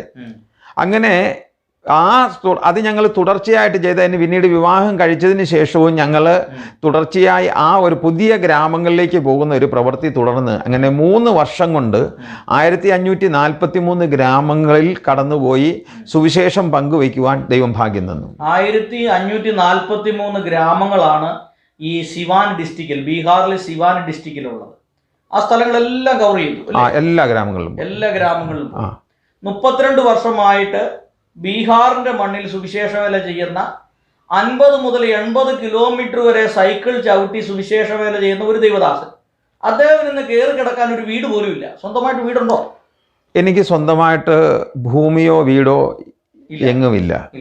സ്വന്തമായിട്ട് ഭൂമിയില്ല, സ്വന്തമായിട്ട് ഒരു വീട് പോലുമില്ല. അപ്പൊ ഞാൻ ഈ പറഞ്ഞതെല്ലാം നിങ്ങൾ വളരെ ശ്രദ്ധയോടുകൂടി കേൾക്കണം. 30 വർഷം കേരളത്തിലാണ് ഒരു സുവിശേഷ വേല ചെയ്തിരുന്നെങ്കിൽ, ഈ പാസ്റ്ററെ കുറിച്ച് പറയുമ്പോൾ ഇദ്ദേഹം അനുഗ്രഹിക്കപ്പെട്ട ഒരു പ്രസംഗകനും വേദാധ്യാപകനും അതിലുപരി ഇംഗ്ലീഷ് ഭാഷയും ഹിന്ദി ഭാഷയും നല്ലതുപോലെ കൈകാര്യം ചെയ്യാൻ അറിയാവുന്ന ഒരു ദൈവദാസനാണ്. ലോകത്തിന്റെ എവിടെ വേണേലും പോയി പ്രസംഗിക്കാം. അതുപോലെ ഇംഗ്ലീഷ് അറിയാം, അതുപോലെ ഹിന്ദിയും അറിയാം. അപ്പൊ ഈ 30 വർഷമായിട്ട് സുവിശേഷ വേല ചെയ്ത ഈ പാസ്റ്റർക്ക് ഇന്ന് സ്വന്തമായിട്ട് 1 സെന്റ് സ്ഥലമോ നാട്ടിൽ ചെന്നാൽ കയറി കിടക്കാൻ ഒരു വീടോ ഇല്ല. നാട്ടിലൊക്കെ പോകുമ്പോൾ ആരുടെ വീട്ടിലാണ് താമസിക്കുന്നത്? ഞങ്ങൾ നാട്ടിൽ ചെല്ലുമ്പോൾ സഹോദരന്മാരുടെ വീടുകളിലാണ്, ഒന്നെങ്കിൽ ജ്യേഷ്ഠന്റെ വീട്ടിൽ അല്ല അനുജന്റെ വീട്ടിൽ. എല്ലാ വർഷവും നാട്ടിൽ പോവുമോ? ഇല്ല, എല്ലാ വർഷവും പോകാറില്ല. വീട്ടിൽ അത്യാവശ്യം ഉണ്ടെങ്കിൽ മാത്രമാണ് ഞങ്ങൾ നാട്ടിൽ പോകുന്നത്. കാരണം ഇത് പ്രധാനമായ കാരണം, നമുക്ക് ചെന്നാൽ താമസിക്കാൻ നമ്മുടെ സ്വന്തമായ ഒരു വീടോ സൗകര്യങ്ങളോ ഇല്ലാത്തത് കൊണ്ട് എത്രയും മറ്റുള്ളവരെ ബുദ്ധിമുട്ടിക്കരുത് എന്ന് ചിന്തിച്ചിട്ടാണ് നമ്മൾ എപ്പോഴും പോകാത്തത്. ഇപ്പൊ ഈ ആരംഭകാലത്തെ പ്രവർത്തനം, ഈ വിവാഹം കഴിച്ചതിന് ശേഷം പിന്നീട് ഈ ഭാര്യയുമായിട്ട് അല്ലെങ്കിൽ ആന്റിയുമായിട്ട് സൈക്കിളിൽ ഇങ്ങനെ ഗ്രാമങ്ങളിലൂടെയൊക്കെ പോകുമായിരുന്നു അല്ലേ? തീർച്ചയായിട്ടും. അതിനെക്കുറിച്ചൊന്ന്. ഞങ്ങൾ വിവാഹം കഴിച്ച് വന്നതിന് ശേഷം ഞങ്ങൾ ഇവിടെ എത്തിയത് എൻ്റെ വിവാഹത്തിന് കഴിഞ്ഞതിൻ്റെ 13ാം ദിവസം ഞങ്ങൾ ശിവാനിലേക്ക് തിരിച്ചു വന്നു. 14ാം ദിവസം മുതൽ വീണ്ടും ഞങ്ങൾ ഗ്രാമങ്ങളിൽ പ്രവർത്തനത്തിന് പോകാൻ ആരംഭിച്ചു. ഭാര്യയെ സൈക്കിളിൻ്റെ പുറകിലിരുത്തി ഞങ്ങൾ ഗ്രാമങ്ങളിലേക്ക് കടന്നു പോകും. അങ്ങനെ ഗ്രാമങ്ങളിൽ ചെന്നു സുവിശേഷം പറയുകയും, പ്രത്യേകിച്ച് ഇവിടുത്തെ സാഹചര്യം മനസ്സിലാക്കിയപ്പോൾ ഇവിടുത്തെ വീടുകളിലേക്ക് ഒരു അപരിചിതനായ ഒരു പുരുഷൻ കടന്നു വന്നാൽ പുറത്ത് മുറ്റത്തോ അല്ലെങ്കിൽ ഒരു മരത്തണലിലോ ആണ് അവരിരുത്തുന്നത്. അവിടേക്ക് നമുക്കൊരു വെള്ളമോ എന്തെങ്കിലും ഒരു സ്വാഗതത്തിനുള്ള കാര്യങ്ങളോ ചെയ്യുമെന്നേ ഉള്ളൂ. എന്നാൽ ഒരു സഹോദരി ഉണ്ടെങ്കിലേ അവർ ആ വീടിനകത്തേക്കൊരു പ്രവേശനം ലഭിക്കുകയുള്ളൂ. അതുകൊണ്ടാണ് ഞാൻ പെട്ടെന്ന് പോയി വിവാഹം കഴിക്കുവാൻ തന്നെ തീരുമാനിച്ചത്. അങ്ങനെ ഭാര്യയുമായി വന്നതുപോലെ അങ്ങനെ വീടുകളിലേക്ക് എനിക്ക് ഓപ്പണിങ് കിട്ടി. അകത്ത് കയറി അവരുടെ വീട്ടിലിരുന്ന് സംസാരിക്കുവാനുള്ള അവസരങ്ങൾ ലഭിച്ചു. അങ്ങനെ സുവിശേഷം പങ്കുവയ്ക്കുവാൻ അങ്ങനെ ഞങ്ങൾ ഗ്രാമം തോറും പോയി പ്രവർത്തിച്ചതിൻ്റെ ഫലമായിട്ട് 1992 ഡിസംബർ 6-ാം തീയതി അന്ന് ഇന്ത്യയുടെ ചരിത്രത്തിലെ തന്നെ ഒരു വലിയ സംഭവം നടന്ന ദിവസമാണ്. അന്ന് ഞങ്ങളെ സംബന്ധിച്ചിടത്തോളം വലിയ സന്തോഷത്തിൻ്റെ ദിവസമാണ്. കാരണം 10 പേര് അന്ന് ഒരുമിച്ച് സ്നാനപ്പെടുവാൻ തക്കവണ്ണം ഇടയായിത്തീർന്നു. അങ്ങനെയാണ് നമ്മുടെ പ്രവർത്തനം മുന്നോട്ട് വരുവാൻ തക്കവണ്ണം ഇടയായിത്തീർന്നു. അപ്പോൾ ആരംഭകാലത്തിൽ ഭാര്യയുമായിട്ട് പോയി ഗ്രാമങ്ങളിലൊക്കെ സുവിശേഷം. അതിനുശേഷം മോൻ ഉണ്ടായതിനു ശേഷം മോനെയും കൊണ്ട് പ്രസവ സമയത്ത് ഭാര്യ നാട്ടിൽ വെച്ചാണ് പ്രസവിച്ചത്. അതിനുശേഷം മോന് 3 മാസം തികയുന്നതിന് മുന്നമേ വീണ്ടും ഞാൻ പോയി കൊണ്ടുവരുവാനിടയായി തീർന്നു. അങ്ങനെ ഇവിടെ വന്നതിന് ശേഷം കുഞ്ഞിനെയുമായിട്ട് ഞങ്ങൾ ഗ്രാമങ്ങളിലേക്ക് പോകുമായിരുന്നു. അങ്ങനെ എല്ലാ ഗ്രാമങ്ങളിലും പോകുന്നുണ്ട്. കുഞ്ഞായിരിക്കുമ്പോൾ തന്നെ മോനും ഈ സുവിശേഷ വേലയുടെ ഒരു ഭാഗമായിരുന്നു. അപ്പോൾ പാസ്റ്റർ നല്ലപോലെ ഹിന്ദി ട്രാൻസ്ലേറ്റ് ചെയ്യാനും അതുപോലെ ഹിന്ദിയിൽ പ്രസംഗിക്കാനും പാസ്റ്റർക്ക് കഴിയുന്നുണ്ട്. എങ്ങനെയാണ് ഇത്ര ഹിന്ദി ഇതുപോലെ പഠിച്ചത്? ഹിന്ദി പഠിക്കുവാൻ അടിസ്ഥാനപരമായിട്ട് നമുക്ക് ഒരു പ്രോത്സാഹനം ഞാൻ പഠിച്ച ബൈബിൾ കോളേജിൽ നിന്ന് തന്നെ ലഭിച്ചു. അവിടെ കുറച്ച് ഹിന്ദി ക്ലാസ്സുകളൊക്കെ എടുത്തപ്പോൾ കുറച്ച് ഹിന്ദിയുടെ അക്ഷരങ്ങളും വാക്കുകളും ഒക്കെ കുറച്ചുകൂടെ മനസ്സിലാക്കുവാൻ കഴിഞ്ഞു. എന്നാൽ ഇവിടെ വന്നതിന് ശേഷം എനിക്ക് എൻ്റെ ഒരു സുഹൃത്ത് എനിക്കൊരു റേഡിയോ സമ്മാനിച്ചു. അദ്ദേഹം പറഞ്ഞു, ഇതിൽ ഹിന്ദി പ്രസംഗങ്ങൾ, സുവിശേഷ പ്രസംഗങ്ങൾ കേൾക്കാൻ കഴിയും, അത് കേട്ട് പഠിക്കാൻ പറഞ്ഞു. അങ്ങനെ ഞാൻ ആ റേഡിയോ, അതുപോലെ അന്ന് മുതൽ ഹിന്ദി പത്രം വായിക്കാൻ തുടങ്ങി, ഹിന്ദി ബൈബിൾ വായിക്കാൻ തുടങ്ങി. മലയാളം ബൈബിൾ തൽക്കാലം മാറ്റിവെച്ചു. അങ്ങനെ ഹിന്ദി ബൈബിളും ഹിന്ദി പത്രവും ഹിന്ദി റേഡിയോ പ്രഭാഷണങ്ങളും നിരന്തരമായി കേൾക്കുകയും പഠിക്കുകയും ചെയ്തു. അതിനോടൊപ്പം എപ്പോഴും എൻ്റെ കയ്യിലൊരു നോട്ട് ബുക്കും പേനായും ഉണ്ട്. ഞാൻ കേൾക്കുന്നതൊക്കെ എഴുതി വെച്ചിട്ട് അത് മറ്റൊരാളെ കൊണ്ട് അതിൻ്റെ സംശയങ്ങളൊക്കെ നിവാരണം വരുത്തി അതിൻ്റെ അർത്ഥങ്ങൾ മനസ്സിലാക്കി അങ്ങനെയാണ് ഭാഷ പഠിക്കുവാനിടയായിത്തീർന്നത്. അതിൽ വളരെ രസകരമായ ഒരു വസ്തുത, ഞാൻ കേട്ടത് ഒക്കെ അങ്ങ് എഴുതി വെച്ചപ്പോൾ ഒരുപാട് അസഭ്യങ്ങളും ഞാൻ എഴുതി വെച്ചിട്ടുണ്ടായിരുന്നു. അപ്പോൾ എൻ്റെ ഹിന്ദിക്കാരൻ സുഹൃത്ത് പറഞ്ഞു, അയ്യോ ബ്രദറെ, ഇതൊന്നും പറയരുത്, ഇതൊക്കെ വെട്ടിക്കളയാൻ പറഞ്ഞു, കാരണം ഇതൊക്കെ അസഭ്യമാണ്. അങ്ങനെ ഒരുപാട് രസകരമായ അനുഭവങ്ങളും ഉണ്ടായിട്ടുണ്ട്. അതെ. അപ്പോൾ പാസ്റ്റർ ആദ്യമായിട്ട് പ്രസംഗിച്ചത് ഓർമ്മയുണ്ടോ? ഇവിടെ വന്ന് ഹിന്ദിയിൽ പ്രസംഗിച്ചത്? തീർച്ചയായിട്ടും. ഞാൻ ബീഹാറിൽ വന്നു. ഇവിടെ വന്നു കഴിഞ്ഞാൽ ഞാൻ താമസം തുടങ്ങിയത് ഈ ശിവാൻ ജില്ലയിൽ 16 ടൗണിൽ നിന്നും ഒരു 16 കിലോമീറ്റർ ദൂരെ ഒരു ഗ്രാമത്തിൽ ഒരു ചെറിയ വീടെടുത്ത്, ഒരു റൂം എടുത്ത് അവിടെയാണ്. അപ്പോൾ അവിടെ തൊട്ട് ചേർന്ന് ഒരു മലയാളി നടത്തുന്ന സ്കൂളുണ്ട്. ആ സ്കൂളിൽ ഒരു മലയാളിയും നടത്തുന്ന മലയാളിയും ഒരു ആന്ധ്രാക്കാരൻ സാറും ഒരു ബംഗാളി സാറും പിന്നെ മറ്റൊരു മലയാളി സാറും, ഇത്രയും പേര് അവിടെയുണ്ട്. അപ്പോൾ അവർ പറഞ്ഞ്, ബ്രദർ ഒരു പ്രാർത്ഥന തുടങ്ങാമെങ്കിൽ ഞങ്ങൾ സഹകരിക്കാമെന്ന് പറഞ്ഞു. അങ്ങനെ ഞാൻ ഇംഗ്ലീഷിൽ ഒരു വർഷിപ്പ് ചെയ്തു. ആ ബംഗാളി സാർ അത് ഹിന്ദിയിലേക്ക് ട്രാൻസ്ലേറ്റ് ചെയ്തു. അങ്ങനെ 4 ഞായറാഴ്ച ഇംഗ്ലീഷിൽ നടത്തുവാൻ അവസരം ലഭിച്ചു. അപ്പോൾ പക്ഷേ എനിക്കത് വലിയൊരു ബുദ്ധിമുട്ട് തോന്നി. അങ്ങനെ എന്നും വരട്ടെ എന്ന് കരുതി 5-ാമത്തെ ഞായറാഴ്ച ഞാൻ സ്വയമായിട്ട് ഒരു ആരാധന മുഴുവൻ എഴുതി വെച്ചു. പാട്ടും പ്രാർത്ഥനയും പ്രസംഗവും എല്ലാം എഴുതി വെച്ചിട്ട് ഹിന്ദിയിൽ. അത് ശരിക്കും പറഞ്ഞു കഴിഞ്ഞാൽ അത് മൊത്തം എഴുതിയത് വായിക്കുകയായിരുന്നു. പക്ഷേ ഈ ടീച്ചേഴ്സ് എന്നെ പ്രോത്സാഹിപ്പിച്ചു, ബ്രദറെ നന്നായിരിക്കുന്നു. ഒത്തിരി തെറ്റുകളുണ്ടായിരുന്നു, പക്ഷെ അവരെന്നെ പ്രോത്സാഹിപ്പിച്ച് ഇങ്ങനെ മതി, ഇത് മതി എന്ന് പറഞ്ഞു. അങ്ങനെ ഞാൻ ആ 5-ാമത്തെ ഞായറാഴ്ച മുതൽ ഹിന്ദിയിൽ പ്രസംഗിക്കുവാൻ ആരംഭിച്ചതാണ്. ആരംഭകാലത്ത് പാസ്റ്ററോട് വരുന്ന ഒരു 30 വർഷങ്ങൾക്ക് മുമ്പ്, 32 വർഷങ്ങൾക്ക് മുമ്പ് ഇവിടെ സ്കൂൾ ഒക്കെ ആരംഭിക്കാൻ നല്ലൊരു സാഹചര്യം ഉണ്ടായിരുന്നു. പാസ്റ്ററുടെ ഒപ്പം വന്ന പല ആളുകളും സ്കൂളുകളൊക്കെ ആരംഭിച്ചു. അപ്പോൾ പാസ്റ്റർ എന്തുകൊണ്ടാണ് അങ്ങനെ ഒരു സ്കൂളുകളോ അല്ലെങ്കിൽ ആശുപത്രിയോ അതുപോലുള്ള കാര്യങ്ങളൊക്കെ ആരംഭിക്കാത്തത് എന്തുകൊണ്ടാണ്? ശരിക്കും പറഞ്ഞു കഴിഞ്ഞാൽ ഞാനിവിടെ വന്ന സമയം തൊട്ട് ഇന്ന് വരെയും പാസ്റ്ററെക്കാട്ടിലും വിദ്യാഭ്യാസം കുറഞ്ഞ ആളുകൾ ഇവിടെ സ്കൂള് ആരംഭിച്ചു, അത് വളർത്തി ഒരു സക്സസ് ആയിട്ടുണ്ട്. അപ്പോൾ ഇത്രയും വിദ്യാഭ്യാസമുള്ള പാസ്റ്റർ എന്തുകൊണ്ടാണ് ഒരു സ്കൂൾ തുടങ്ങാനായിട്ടുള്ള ഒരു സാഹചര്യം നടത്താത്തത്?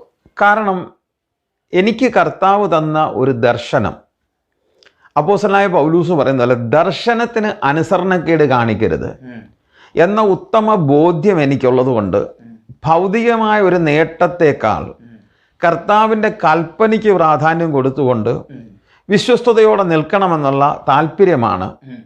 എനിക്കിന്ന് 100 കണക്കിന് സ്കൂളുകാരുമായിട്ട് ബന്ധങ്ങളുണ്ട്, പരിചയമുണ്ട്.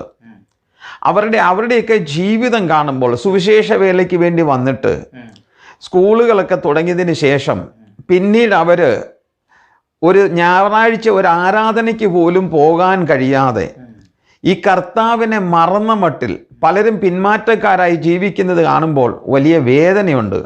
അപ്പോൾ അതുകൊണ്ട് തന്നെ ഇങ്ങനൊരു പ്രസ്ഥാനം തുടങ്ങി ഞാനും അങ്ങനെ പെട്ടുപോയെങ്കിലോ എന്നൊരു ഭയവും എനിക്കുള്ളത് കൊണ്ട് ഒരിക്കലും ഞാൻ അതിനെക്കുറിച്ച് ചിന്തിച്ചിട്ടില്ല. സാമ്പത്തികപരമായിട്ട് ഒരുപാട് നേട്ടങ്ങൾ പല ആളുകളുണ്ടായി.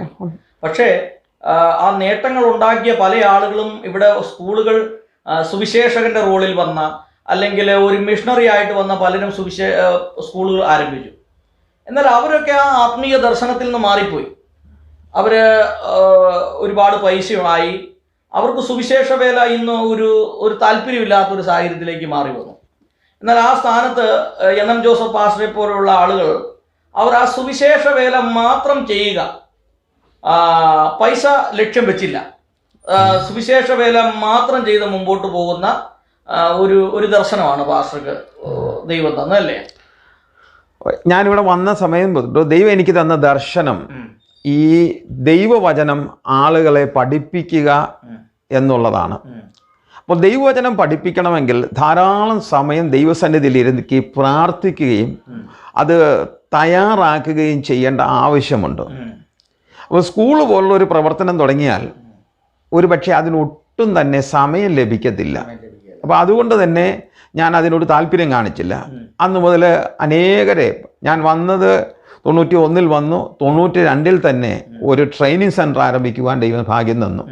അന്ന് മുതൽ ഇന്നോളം ആയിരക്കണക്കിന് ആളുകളെ ദൈവവചനം പഠിപ്പിച്ച് സുവിശേഷ വേലയിലാക്കുവാൻ ദൈവം സഹായിച്ചു. ഒരു വലിയ അഭിമാനമുണ്ട്. ആയിരക്കണക്കിന് ആളുകളെ സുവിശേഷ വേലയിലേക്ക് ഇറക്കി വിടുക എന്ന് പറഞ്ഞാൽ ഒരു അഭിമാനമുള്ള ഒരു കാര്യമാണ്. അത് ശരിയാണ്, അത് പാസ്റ്റർ പറഞ്ഞത് അല്ലേ? ഇന്ന് എനിക്ക് വളരെ സന്തോഷമുള്ളത്, ഇന്ന് എനിക്ക് ബീഹാറിലെ എല്ലാ ഡിസ്ട്രിക്റ്റുകളിലും ചെന്നാൽ ഞാൻ ദൈവവചനം പഠിപ്പിച്ചിട്ട് സുവിശേഷ വേല ചെയ്യുന്ന ഒരു ദൈവദാസനെയെങ്കിലും അവിടെ കാണുവാൻ കഴിയും. അതുപോലെ യു പിയിലും ജാർഖണ്ഡിലും ഛത്തീസ്ഗഡിലും ഒക്കെ ചെന്നാൽ പല സ്ഥലത്തും ചെല്ലുമ്പോൾ അനേകർ വന്ന് സാറേ എന്നെ പരിചയമുണ്ടോ, സാറ് പഠിപ്പിച്ചതാണ് എന്ന് പറയുമ്പോൾ വലിയൊരു അഭിമാനം തോന്നാറുണ്ട്. പാസ്റ്റർക്ക് എവിടുന്നെങ്കിലും സപ്പോർട്ടുണ്ടോ? ഇപ്പോൾ ഈ വീട് വാടകയ്ക്കാണ്, അതുപോലെ ആരാധന നടത്തുന്ന ഹോള് വാടകയ്ക്കാണ്. ഈ ഏകദേശം ഒരു മാസം ഒരു 25,000 രൂപ വീടിൻ്റെ വാടകയ്ക്കും ചർച്ചിൻ്റെ ഞായറാഴ്ച പ്രാർത്ഥന നടക്കുന്ന ഹാളിനും കൂടെ കൊടുക്കേണ്ടി വരും. ഇതിനൊക്കെ എവിടുന്നാ പാസ്റ്റർക്ക് ഇതിനുള്ള ഒരു സാമ്പത്തിക സോഴ്സ് എന്താണ് പാസ്റ്റർ? എനിക്ക് സത്യത്തിൽ ഏതെങ്കിലും ഒരു പ്രസ്ഥാനത്തിൻ്റെയും ഒരു പൈസ പോലും എനിക്ക് ശമ്പളമായിട്ടോ അല്ലെ അലവൻസ് ആയിട്ടോ ലഭിക്കുന്നില്ല. ഞാൻ വിശ്വാസത്താലാണ് 2010 മുതൽ ഈ പ്രവർത്തനം ആരംഭിച്ചത്. അന്ന് മുതൽ ഇന്ന് വരെയും ദൈവം കൃപയാൽ നടത്തുന്നു. ഒരാളും ഏതെങ്കിലും പ്രസ്ഥാനം വാഗ്ദാനം ചെയ്തതുകൊണ്ടോ അല്ലെ സപ്പോർട്ട് ഉള്ളത് കൊണ്ടോ അല്ല. എന്നാൽ ദൈവത്തെ സ്നേഹിക്കുന്ന ചില ദൈവമക്കളെ ദൈവം തക്ക സമയത്ത് ഒരുക്കുന്നു. അവരുടെ ചില വ്യക്തിപരമായ സഹായങ്ങൾ അതൊന്നും കൃത്യമായി എല്ലാ മാസവും തരുന്നതല്ല. അവർ ഒരു പ്രാവശ്യം തന്നവരുണ്ട്, 2 പ്രാവശ്യം തന്നവരുണ്ട്, പല പ്രാവശ്യം തന്നവരുണ്ട്. എന്നാൽ സ്ഥിരമായി തരുന്ന ആരുമില്ല. സ്ഥിരമായിട്ട് യാതൊരുവിധ വരുമാനങ്ങളും ഇല്ല, ഒന്നുമില്ല. വിശ്വാസത്താൽ മാത്രം ജീവിക്കുകയാണ്. അപ്പോൾ ഇങ്ങനെയുള്ള സുവിശേഷകരെ കുറിച്ച് പറയുമ്പോൾ അവർ മറ്റാരിൽ നിന്നും പൈസ അവർക്ക് ലഭിക്കാതെ യഥാർത്ഥത്തിൽ വിശ്വാസത്താൽ എൻ്റെ നീതിമാൻ വിശ്വാസത്താൽ ജീവിക്കും. അപ്പോൾ യഥാർത്ഥത്തിൽ ഒരു വിശ്വാസത്താൽ ജീവിക്കുന്ന ഒരു അനുഭവമാണ്. ഇപ്പോഴത്തെ പാസ്റ്ററുടെ ഈ പ്രവർത്തന ശൈലികൾ എങ്ങനെയാണ് സുവിശേഷ വേലയിൽ? ഇപ്പോൾ ഞങ്ങൾക്ക് 2 ചർച്ചുകളുണ്ട്, 2 ആരാധന കൂട്ടായ്മകളുണ്ട്. 2 സ്ഥലത്തും നമ്മൾ, ഒന്ന് ഈ ശിവാൻ ടൗണിലും ഒന്ന് ഈ 16 കിലോമീറ്റർ ദൂരെ ഗ്രാമത്തിലും. ഈ 2 സ്ഥലത്തും നമുക്ക് സഭാ കൂടിവരവുണ്ട്. അപ്പോൾ ഈ 2 സ്ഥലത്തും വരുന്ന വിശ്വാസികളുടെ വീടുകളിൽ, അവരുടെ ഗ്രാമങ്ങളിൽ ഞാൻ സ്ഥിരമായി വിസിറ്റിങ്ങിന് കടന്നു പോകാറുണ്ട്. അവരുടെയൊക്കെ വീടുകളിൽ ഭവന പ്രാർത്ഥനകൾ, നമ്മുടെ നാട്ടിലെ പോലെ വൈകുന്നേരം നടക്കുന്ന കോട്ടേജ് മീറ്റിങ്ങിനല്ല, പകൽ അവരുടെ വീടുകളിൽ ചെന്നിട്ട് അവരുടെ വീട്ടിലുള്ളവരും അടുത്തുള്ളവരും ഒക്കെ ചേർന്ന് അവിടെ ഇരുന്ന് ഒരു പ്രാർത്ഥനാ യോഗം നടത്തുക, സുവിശേഷം പറയുക, അവിടുത്തെ രോഗികൾക്ക് വേണ്ടി പ്രാർത്ഥിക്കുക, അവരുടെ പ്രശ്നങ്ങൾക്ക് വേണ്ടി പ്രാർത്ഥിക്കുക. പിന്നെ ഞായറാഴ്ച ആരാധനയ്ക്ക് വേണ്ടി ജനങ്ങൾ ഈ കൂട്ടായ്മയിലേക്ക് കടന്നു വരും. പിന്നെ ഓൺലൈനിലൂടെ മറ്റ് ചില കൂട്ടായ്മകളിലൂടെ സഭയോടുള്ള ബന്ധത്തിൽ സഹോദരിമാരുടെ മീറ്റിംഗ്, യുവജനങ്ങളുടെ മീറ്റിംഗ് തുടർന്ന് നടക്കും. അതിനോടൊപ്പം തന്നെ ഞങ്ങൾ ഇടയ്ക്കിടയ്ക്ക് കുടുംബങ്ങൾക്ക് വേണ്ടി ഫാമിലി മീറ്റിങ്ങുകൾ, യൂത്തിന് വേണ്ടിയുള്ള സെമിനാറുകൾ, പിന്നെ അതുപോലെ കൗൺസിലിംഗ് ക്ലാസ്സുകൾ, ഇങ്ങനെയുള്ള കാര്യങ്ങളൊക്കെ കൃത്യമായിട്ട് ഞങ്ങൾ സമയാസമയങ്ങളിൽ ചെയ്തുകൊണ്ടിരിക്കുന്നു. അതിനോടൊപ്പം ബോധവൽക്കരണത്തിന് വേണ്ടിയും പലതരത്തിലുള്ള ബോധവൽക്കരണ രോഗങ്ങളെക്കുറിച്ച്, എയ്ഡ്സിനെക്കുറിച്ച്, പിന്നെ ക്യാൻസറിനെ കുറിച്ചൊക്കെയുള്ള ബോധവൽക്കരണ ക്ലാസ്സുകളും ഇടയ്ക്കിടയ്ക്ക് മറ്റ് ചില സുഹൃത്തുക്കളുടെ സഹായത്താൽ ചെയ്യുന്നുണ്ട്. അതെ.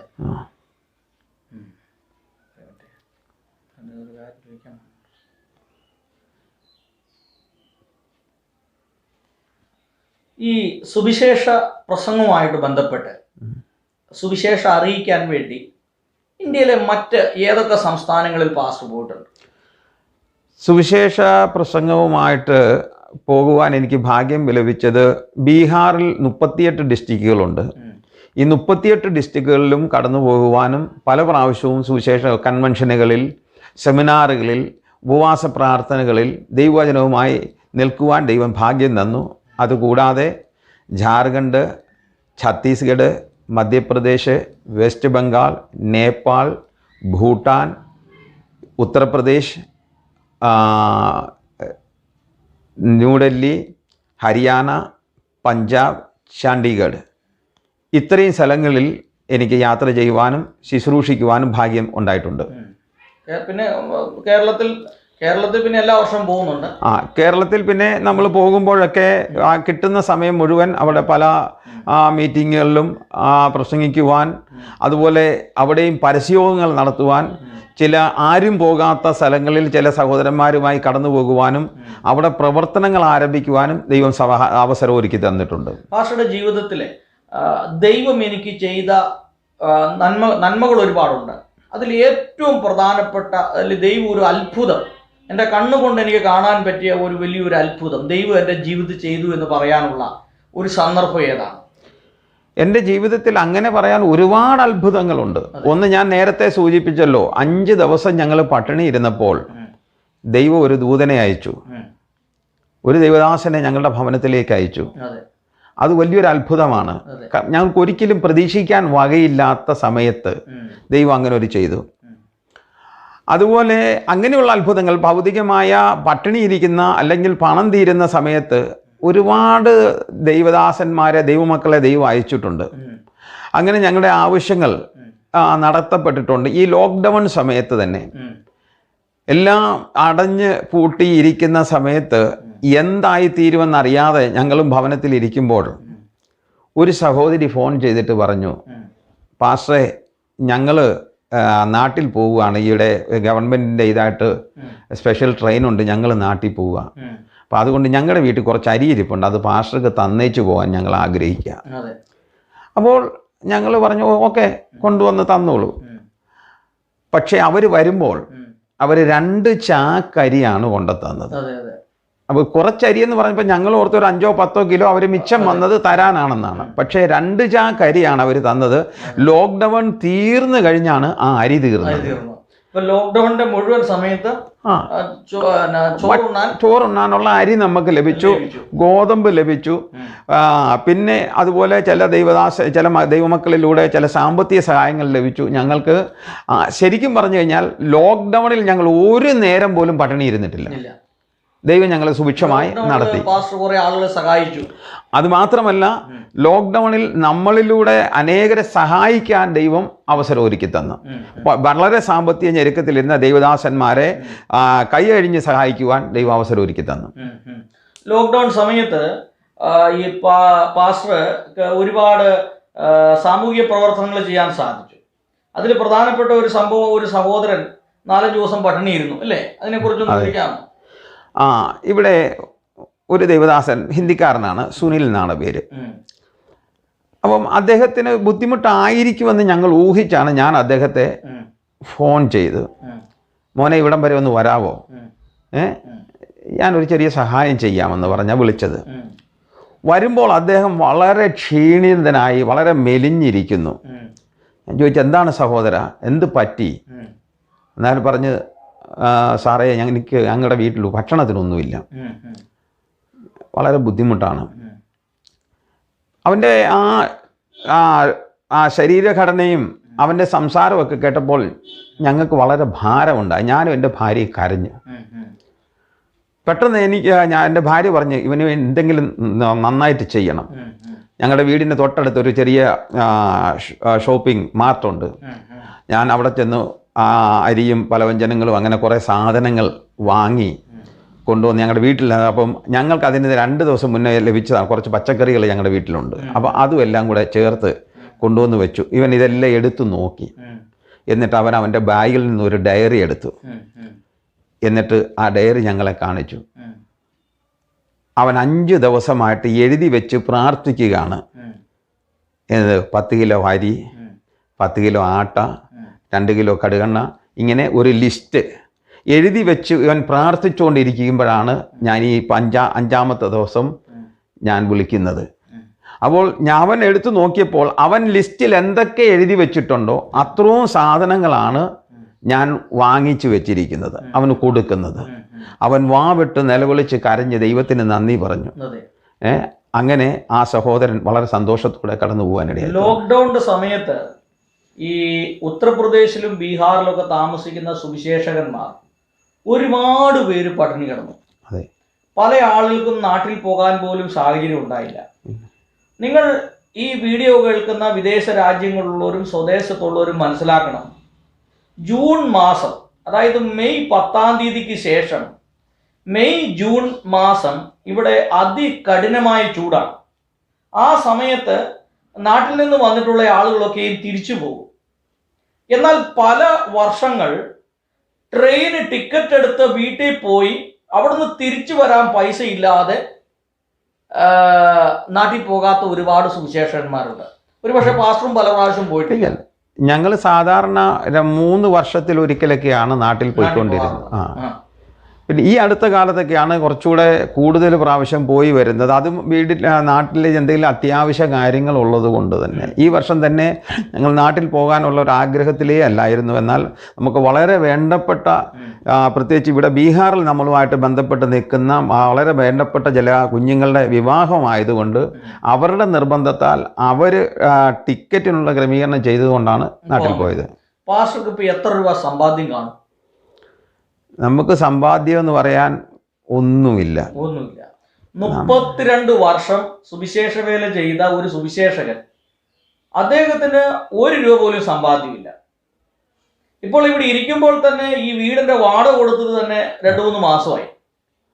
അപ്പോൾ ഈ സ്ഥാനത്ത് ഇത്രയും കഴിവുള്ള ഒരു ദൈവദാസൻ ഇംഗ്ലീഷ് ഹിന്ദി ഭാഷ നന്നായിട്ട് കൈകാര്യം ചെയ്യും, സെക്കുലറായിട്ട് ഡിഗ്രി ഉള്ള ആളാണ്, അതുപോലെ ബൈബിളിൽ നല്ല അഗാധമായ പാണ്ഡിത്യമുണ്ട്, നന്നായി പാട്ട് പാടും. ഇതെല്ലാം ചെയ്യുന്ന ഒരു സുവിശേഷകൻ, അദ്ദേഹത്തിൻ്റെ ജീവിതത്തിലേക്ക് നോക്കുമ്പോൾ 1 രൂപ സമ്പാദ്യമില്ല.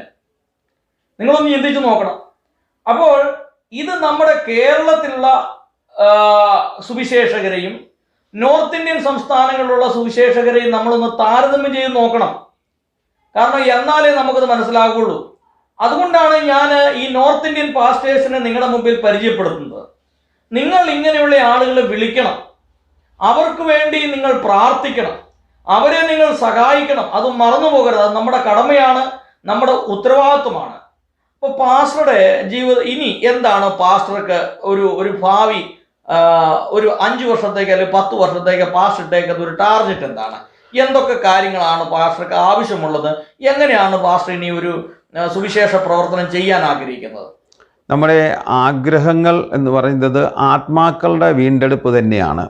നമ്മുടെ സഭയിലേക്ക് ധാരാളം പുതിയ ആളുകൾ, ശരാശരി എല്ലാ ഞായറാഴ്ചയും 2-3 പുതിയ ആളുകൾ വരുന്ന ഒരു സഭയാണ് നമ്മുടെ സഭ. എന്നാൽ ഇവിടെ ഈ ബീഹാറിൽ കണ്ടു, മറ്റ് സ്ഥലങ്ങളിൽ എങ്ങനെയാണെന്ന് എനിക്കറിയില്ല. എന്നാൽ ഞങ്ങളുടെ ഈ ബീഹാറിൻ്റെ ഈ സ്ഥലങ്ങളിൽ, പ്രത്യേകിച്ച് ശിവാൻ, ചപ്ര, ഗോപാൽഗഞ്ച് എന്ന് പറയുന്ന 3 ഡിസ്ട്രിക്റ്റുകളിൽ കണ്ടുവരുന്ന ഒരു പ്രവണത, രോഗസൗഖ്യമോ വിടുതലോ പ്രാപിച്ചാൽ കുറച്ച് ദിവസത്തിന് ശേഷം അവർ വരവ് നിർത്തും. അങ്ങനെ വന്നിട്ട് വരാതിരിക്കുന്ന ഒരുപാട് ആളുകളുണ്ട്. അപ്പോൾ അവരൊക്കെ വിശ്വാസത്തിൽ ഉറയ്ക്കണമെന്ന് എനിക്കൊരാഗ്രഹമുണ്ട്. അതുപോലെ ഈ പട്ടണത്തിൽ 3-4 ചർച്ചുകളുണ്ടെങ്കിലും പ്രവർത്തനങ്ങളുണ്ടെങ്കിലും പട്ടണത്തിനകത്ത് വിശ്വാസികളില്ല. അപ്പോൾ ഈ പട്ടണത്തിനകത്ത് നിന്നും ഒരു 100 കുടുംബം രക്ഷിക്കപ്പെടണമെന്ന് എൻ്റെ വലിയൊരു ആഗ്രഹമാണ്. അതിനുവേണ്ടി ഞങ്ങൾ പ്രാർത്ഥിക്കുന്നുണ്ട്. ഇവിടുത്തെ ഗല്ലികൾ, ഓരോ ഇടവഴികളിലൂടെയൊക്കെ നടന്ന് പ്രാർത്ഥിക്കുന്നുണ്ട്. ദൈവം ഇവിടെ ഒരു അത്ഭുതം പ്രവർത്തിക്കും ഞങ്ങൾ വിശ്വസിക്കുന്നു. അതുമാത്രമല്ല, ഞങ്ങൾ ഇവിടെ വാടക കെട്ടിടത്തിലാണ് ആരാധന നടത്തിക്കൊണ്ടിരിക്കുന്നത്. അപ്പോൾ വാടക മാറി സ്വന്തമായ ഒരു സ്ഥലവും ഒരു ആരാധനാലയവും അതിനോട് ചേർന്ന് ഒരു ചെറിയ പാർട്ട്നേജും ഉണ്ടായാൽ പ്രതിമാസം ഉള്ള ഈ വാടകയിൽ നിന്ന് ഞങ്ങൾക്ക് രക്ഷപ്പെടുവാൻ കഴിയും.